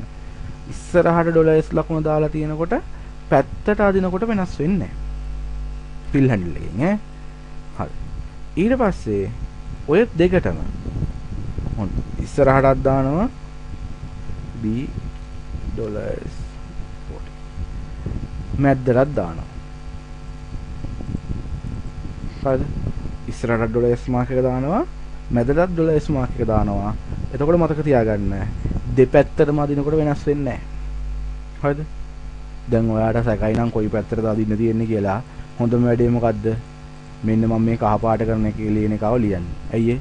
ඉතින් කොයි පැත්තටද අවුලක් නැහැ නේ. ඒක වෙනස් වෙන්නේ නැහැ. හරි? ඒක වෙනස් වෙන්නේ නැහැ. මේකෙන් නම් පහළට අදිනකොට ඉස්සරහට නම් පැත්තට අදිනකොට. දැන් හරි. දැන් එහෙනම් දැන් අපි සමීකරණයට සමානයි B6 වැඩි කිරීම B14. සමානයි B6 වැඩි කිරීම B14. දැන් කවුද වෙනස් වෙන්නේ නැතුව ඉන්න ඕන? වෙනස් වෙන්නේ නැතුව ඉන්න ඕන B14. එහෙමනේ. දැන් B14 වෙනස් වෙන්නේ නැතුව ඉන්න නම් B14 මැද්දට මොකද වෙන්න ඕන? B14 මැද්දට ඩොලර්ස් ලකුණ දාන්න ඕන. හරිද? මැද්දට හරි ඉස්සරහට හරි දාන්න ඕන. දැන් එතකොට කොහෙටද දාන්නේ? හරි. දැන් මේක ෆිල් හැන්ඩල් එකෙන් කොහෙටද අදින්නේ? මේක අදින්නේ පල්ලෙහාට. එහෙනම් ඔයාලට දෙකක් කරන්න පුළුවන්. එක්කෝ මැද්දට දානවා. නැත්නම් ඉස්සරහටයි මැද්දටයි දෙකටම දානවා. හරිද? ඉස්සරහට දාන්න එපා. ඉස්සරහට දැම්මම වෙනසක් වෙන්නේ නැහැ. මොකද හේතුව ඉස්සරහට දැම්මහම පැත්තට ඇද්දොත් විතරයි වෙනස් නොවී තියෙන්නේ. පහළට ඇද්දාම වෙනස් වෙනවා. හරිද? එහෙනම් එක්කෝ පළවෙනි විදිය නැත්නම් අන්තිම විදිය. එහෙනම් මම මේකේ දැන් මැදට දාගන්නම්. ඔන්න ඩොලර්ස් මාක් එක මැදට දැම්මා. දැන් පහළට අදිනවා. දැන් බලන්න මොකද වෙන්නේ කියලා. ඔන්න ෆිල් හැන්ඩල් එකම ඇදගෙන යනවා. උත්තර ටික ආව නේද හරියටම. එන්නේ බලන්න මේක සමීකරණය ගියාම මේ ඒක සමීකරණය ගියාම B6 වැඩි කිරීම ඩොලර්ස් B14. හරි. ඊට පස්සේ ඊළඟ එකට ගියාම ඒත් මෙයා වෙනස් වෙලා නැහැ. ඔය දැක්කනේ. මෙයා වෙනස් වෙලා නැහැ. මේ දැක්කනේ. හරිද? මෙයා වෙනස් වෙලා. දැන් ඔයාලට තේරුණානේ වැඩි. හරිද? එහෙනම් ෆිල් හැන්ඩල් එකෙන් පල්ලෙහාට අදිනවා නම් ඔයා ඒ අදින සමීකරණ ඇතුලේ කෝෂයක් නිරපේක්ෂ කරගන්න ඕන. වෙනස් නොවී තියෙන්න ඕන නම් ඩොලර්ස් ලකුණ දාන්න ඕන කොහෙද? එක්ක මැද්දට නැත්නම් ඉස්සරහටයි මැද්දයි දෙකටම. හරිද? ඔය දෙකම හරි. හරිද? ඔය දෙකම හරි.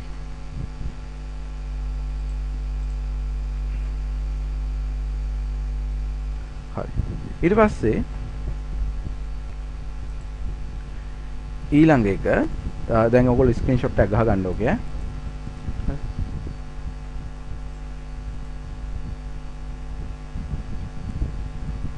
ළමයි ඔකේ අපි මේ කොහෙටද දාන්න කියන එක ලිව්වේ නෑ නේද පාඩමේ? තේරුන්නේ නෑ. රයිට්. මොකද්ද පුතේ තේරුන්නේ නැත්තේ? කොයි හරියද තේරෙන්නේ නැත්තේ? ඩොලර්ස් ලකුණ දාන එකද?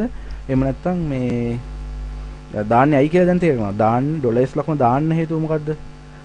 ඩොලර්ස් ලකුණ දාන්න හේතුව තමයි කෝෂයක් පිටපත් කරනකොට, ඒ කියන්නේ කොපි කරනකොට ඒකේ ඇතුලේ තියෙන සමීකරණයේ තියෙන සෙල් ඇඩ්‍රස් එකක් වෙනස් නොවී තියෙන්නේ. නිකන් හිතන්නකෝ දැන් උදාහරණයක් ගත්තාම මේ අපි උඩින්ම තිබ්බ සමීකරණේ B6 වැඩි කිරීම B14නේ. ඔහොමනේ තිබ්බේ. හරිද? ටික ඩිලීට් කරන්නම්කෝ. ඔහොමනේ තිබ්බේ. දැන් B6 B14. දැන් ඔයා මේක ෆිල් හැන්ඩල් එකෙන් පල්ලෙහාට ඇද්දොත් ඔයාලට වෙනවා මේ ඊළඟ එකට ඇද්දාම ඔකේ උත්තරේ බිඳුවක් වෙලා එන්නේ. දැන් මේකට හේතුව මොකද්ද? මේ බලන සමීකරණ දෙක. ඔන්න එක සමීකරණයක්, මෙන්න තව සමීකරණයක්. දැන් මොකද්ද හේතු උනේ? හේතු උනේ මේ මෙතන B14 කියන එක්කෙනා ෆිල් හැන්ඩල් එකෙන් පල්ලෙහාට අදිනකොට මෙයා B15 වෙනවා. හරිද? මෙතන B6 කියන එක්කෙනා B7 වෙනවා. ඒ හැටි ඒක එක්සෙල් වල තියෙන ෆන්ක්ෂන් එකක්. හේතුව අපිට වැඩි ලේසි කරනවා. එකක හොයලා තියෙන සමීකරණය ෆිල් හැන්ඩල් එකෙන් පල්ලෙහාට අදිනකොට වෙනස් වෙලා ඊළඟ සමීකරණයට හදා ගන්නවා යා. එහෙම තමයි හදලා තියෙන්නේ. දැන් ඕක ගැටලුවක් නේ අපිට. ඇයි ප්‍රශ්නේ? අපේ ওই B14 කියන එක්කෙනා එක කොටුවක් නේ. එයා වෙනස් වෙන්න බෑනේ. මොකද පෑනක මිල ආපහු පහළට දාලා නැන්නේ. තියෙන්නේ B14 කියන කොටුවේ විතරයි. මම මේ රතු පාට ඕන මම රතු පාට කරන්න. ඔය මම රතු පාට කරලා තියෙන කොටුව විතරයි තියෙන්න ඕන. තේරුණාද කියන්නේ?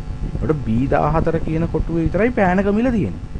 දැන් එතකොට පළවෙනි සමීකරණ B14 තියලා මේ සමීකරණ B15 වුණ ගමන් උත්තරයක් එන්නේ නැහැ. ඇයි B15 කියන කොටුවේ අගයක් නැහැනේ පුතේ. මේ B15 බිඳුවක් තියෙන්නේ. ඉස්තනක් තියෙන්නේ. කියන්නේ බිඳුවයි. දැන් එතකොට වඩ තේරෙනවනේ.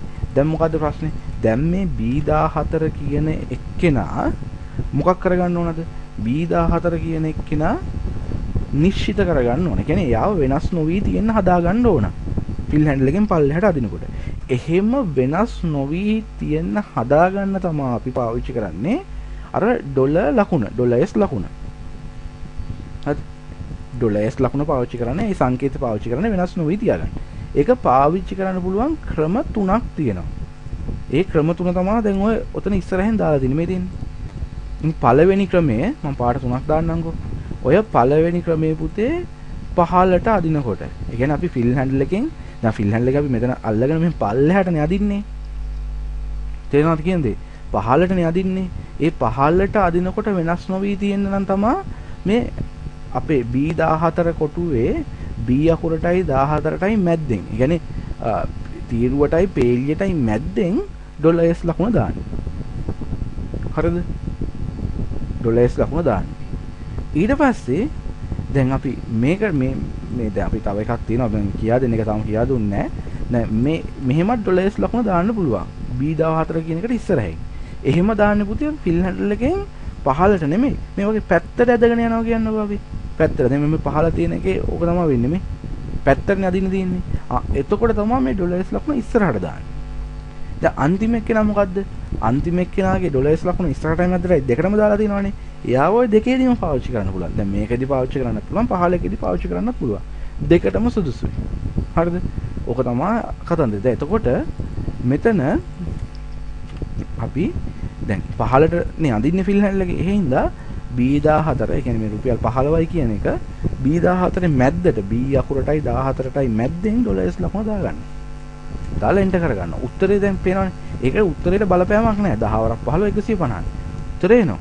දැන් මම ෆිල් හැන්ඩල් එකෙන් මේක පල්ලෙහාට අදිනකොට ඔයාලට බලා ගන්න පුළුවන් අර උත්තර ටික හරියටම හම්බෙනවා. හරිද?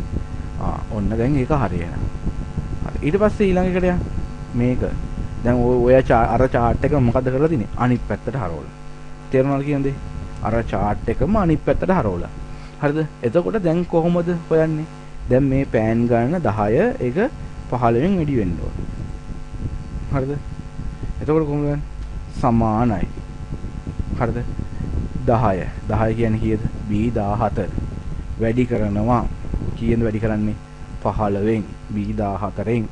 හරි දැන් මොකද්ද ප්‍රශ්නේ? දැන් අපි මේක එන්ටර් කළා 150යි. දැන් ෆිල් හැන්ඩල් එකෙන් අදිනවා. ඕනේ නැද්ද ටට්ටක් ගා ඔක්කොම ටික ඇද්දා මං ඈ. ඔක්කොම ටික මොකද උනේ? බින්දු වුණා. ඇයි වැරද්ද? දැන් ඔයගොල්ලෝ වැරද්ද දන්නවා. මොකද්ද හේතුව? හේතුව තමයි හරිද? මේ සමීකරණේ හරිද? B14 කියන එක්කෙනා මේ සමීකරණයට යද්දී C14 වෙලා එහා පැත්තේ කොටුවට ගිහිල්ලා මේ හරිනේ B14 තිබ්බේ මෙතන අපි එකක් මේ පැත්තට අදිනකොට මේක එහා පැත්තේ කොටුවට පැන්නා. හරිද? දැන් C මේක හරි B17 C17 වෙන්න ඕන. ඒ නැත්නම් 25 අගේ ගන්න නෑනේ. ඒක හරි. හරිද? මේ එක C17 වෙනවා. ඒක හොඳයි. ඒක වෙන්න ඕන. හැබැයි අතන තියෙන B14 C14 වුණාම අන්න ප්‍රශ්නයක්. එතන අගයක් නෑ. දැන් එහෙනම් ඔයා දන්නා මොකද දාන්නේ අපි? ඉස්සරහට ඩොලර්ස් ලකුණ දානවා. ඇයි ඉස්සරහට මැද්දට දැම්මේ පහළට අදිනකොට. ඉස්සරහට දාන්නේ පැත්තට අදිනකොට. ඔන්න ඩොලර්ස් ලකුණ දැම්මා. දාලා දැන් ෆිල් හැන්ඩල් එකෙන් අදිනවා. දැන් ඔයාලට බලා ගන්න පුළුවන් වෙයි හරියටම උත්තර ටික ආවා. ඒක මේ බලන්න. මේකේ සමීකරණය මේක. මේකේ සමීකරණය මේක.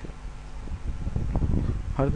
ඔන්න ඔය විදිහට එතකොට B14 වෙනස් වෙන්නේ නැහැ. මේකෙත් බලන්න මේ. ඔය. ඒකෙත් B14 එහෙමම තියෙනවා. එයා වෙනස් වෙන්නේ නැහැ. ඔය. වෙනස් වෙලා නැහැ. හරි නේද? එතකොට ඕක නම් හරි වැදගත්. හරිද? ඕක හරි වැදගත්. මොකද හේතුව මේ ගොඩක් වෙලාවල් වලට මේ විභාගෙදී අපේ කට්ටිය ඇන ගන්නම තැනක් තමයි ඕක. හරිද? එහෙනම් හොඳට මේ මතක තියාගන්න නිරපේක්ෂ කෝෂ කියන එක. හරි යටින් තරු ලකුණක් දාලා ලියා ගන්න. යටින් තරු ලකුණක් දාලා මෙහෙම ලියා ගන්න. කෝෂ ලිපිනේ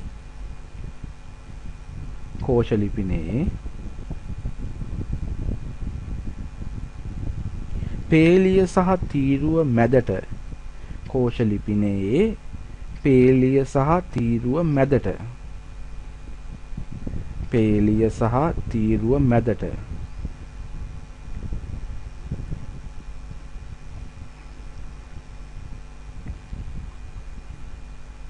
ඩොලර්ස් ලකුණ යොදන්නේ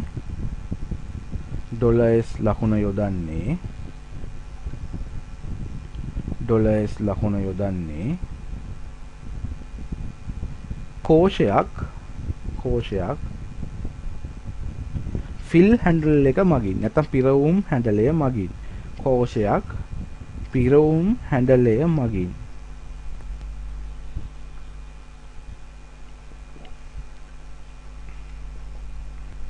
කෝෂයක් පිරවුම් හැන්ඩලය මගින් පහළට ඇදීමේදී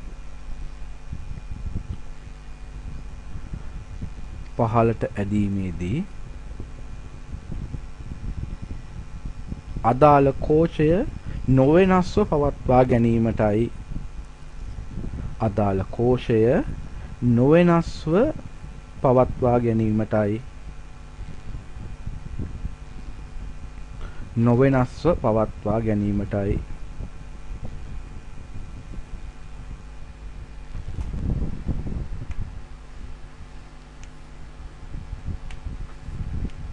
නොවෙනස්ව පවත්වා ගැනීමටයි හරි ඊට පස්සේ දෙවෙනි තරු ලකුණ දාලා ලියා ගන්න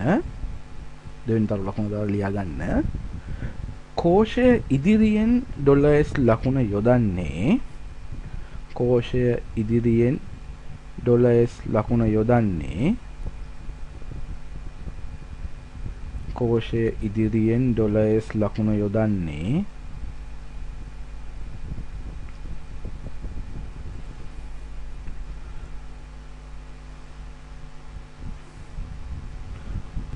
පිරවුම් හැන්ඩලය මගින්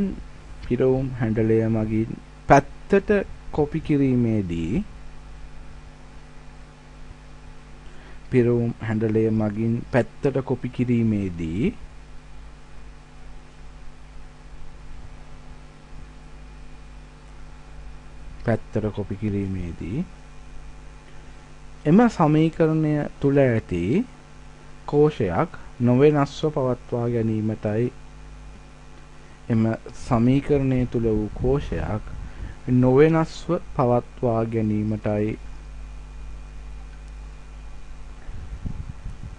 නොවෙනස්ව පවත්වා ගැනීමටයි.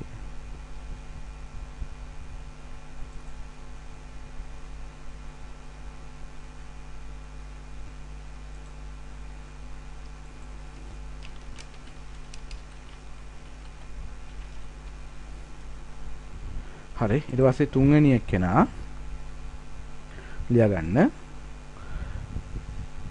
$s ලකුණ ඉදිරියට සහ මැද්දට යෙදීමෙන් $s ලකුණ ඉදිරියට සහ මැද්දට යෙදීමෙන්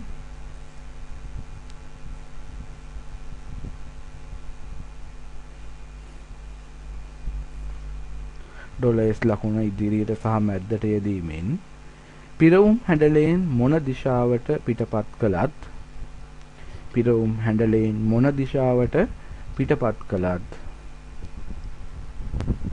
පිරවුම් හැඩලයෙන් මොන දිශාවට පිටපත් කළත්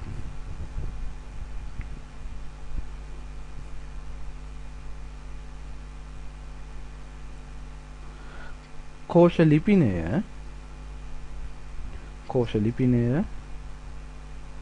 නොවෙනස්ව කෝෂ ලිපිනය නොවෙනස්ව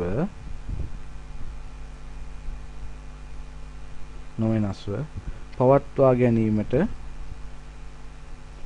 ගැනීමටයි නොවෙනස්ව පවත්වා ගැනීමටයි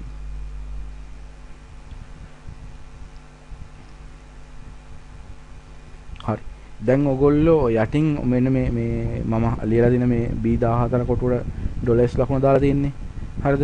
අන්නේ ඒ 1 2 3 4 කියලා ඔය ඔතන ලියලා තියෙන තරු ලකුණු වලටම දැම්මත් කමක් නැහැ. දාලා ඔය ටික ලියා ගන්න. මැද්දෙන් $s ලකුණ, ඉස්සරහෙන් $s ලකුණ සහ දෙපැත්තෙන් $s ලකුණ.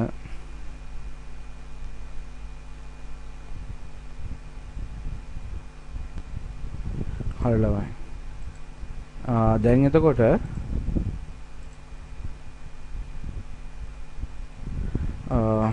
ඔන්න ඔය ටික තමයි අද අපිට කතා කරන්න තිබ්බේ. හරිද? දැන් ඔයගොල්ලෝ පේපර් එක තාම කරලා නැහනේ. හරිද?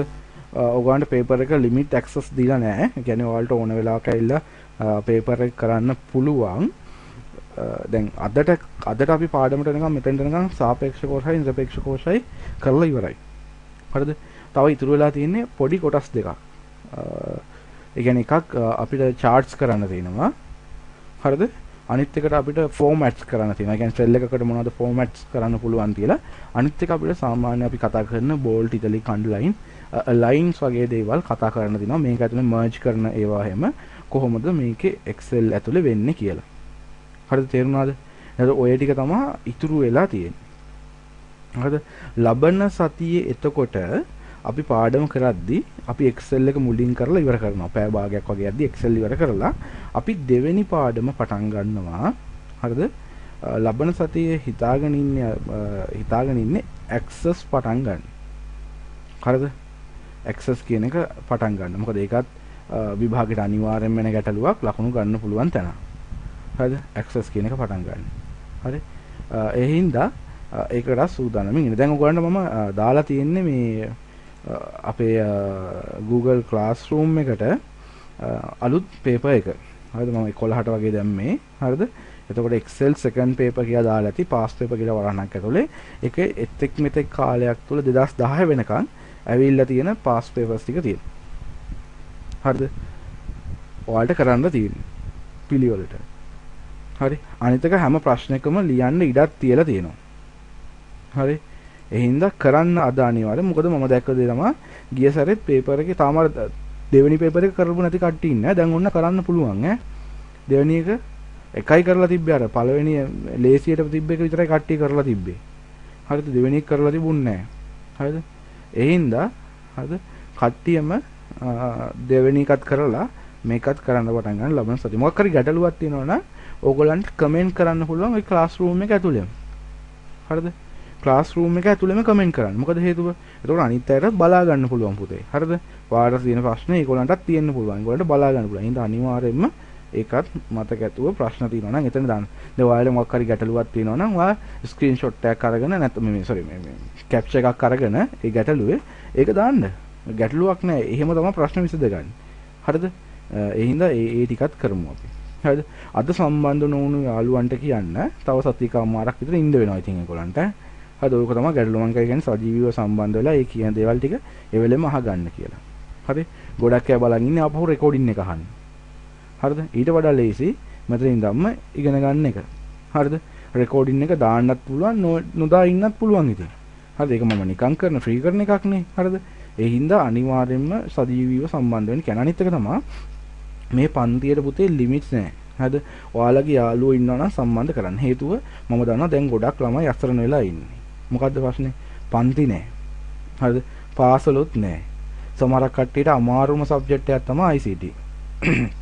එතකොට එහෙම වෙලා තියෙද්දි ඔයාලා අඳුරන යාළුවෙක් ඉන්නවා නම් එයාට IT ටිකක් අමාරුයි නම් රිවිෂන් එකට සම්බන්ධ කරන්න. මේක රිවිෂන් එකක්. මේක මුලින් ඉඳලා උගන්වනවා. අපි Excel වලින් පටන් ගත්තට 10 වසර අනිත් පාඩමුත් මේක උගන්වනවා. හරිද? ඒවට පේපර් හැදෙනවා. ඒ හින්දා යාළුවන්ව සම්බන්ධ කරන්න පිට කට්ටිය ඕගොල්ලෝ සම්බන්ධ වුණු විදිහටම තමයි බැංක් පේමන්ට් එකක් හරි easy cash payment එකක් හරි අර රුපියල් 600 දාලා ඒකේ ස්ලිප් එක එවන්න මෙහෙට එවුවහම මං යාව group මේ class එකට add කරනවා. limit නෑ යාළුවෝ අතර share කරන්න. හරිද? ඔයගොල්ලෝ ගොඩක් අයට මේ WhatsApp group වල එහෙම ඉන්නවා. පොඩ්ඩක් දාලා share කරලා යාළුවෝ ටිකක් මේකට එකතු කරගන්න. හරිද? අපිට මේක දිගටම ගෙනියන්න පුළුවන් revision එකක් විදිහට. හරිද? මට ඕන ඔයගොල්ලන්ව A pass එකකට අරන් යන්න.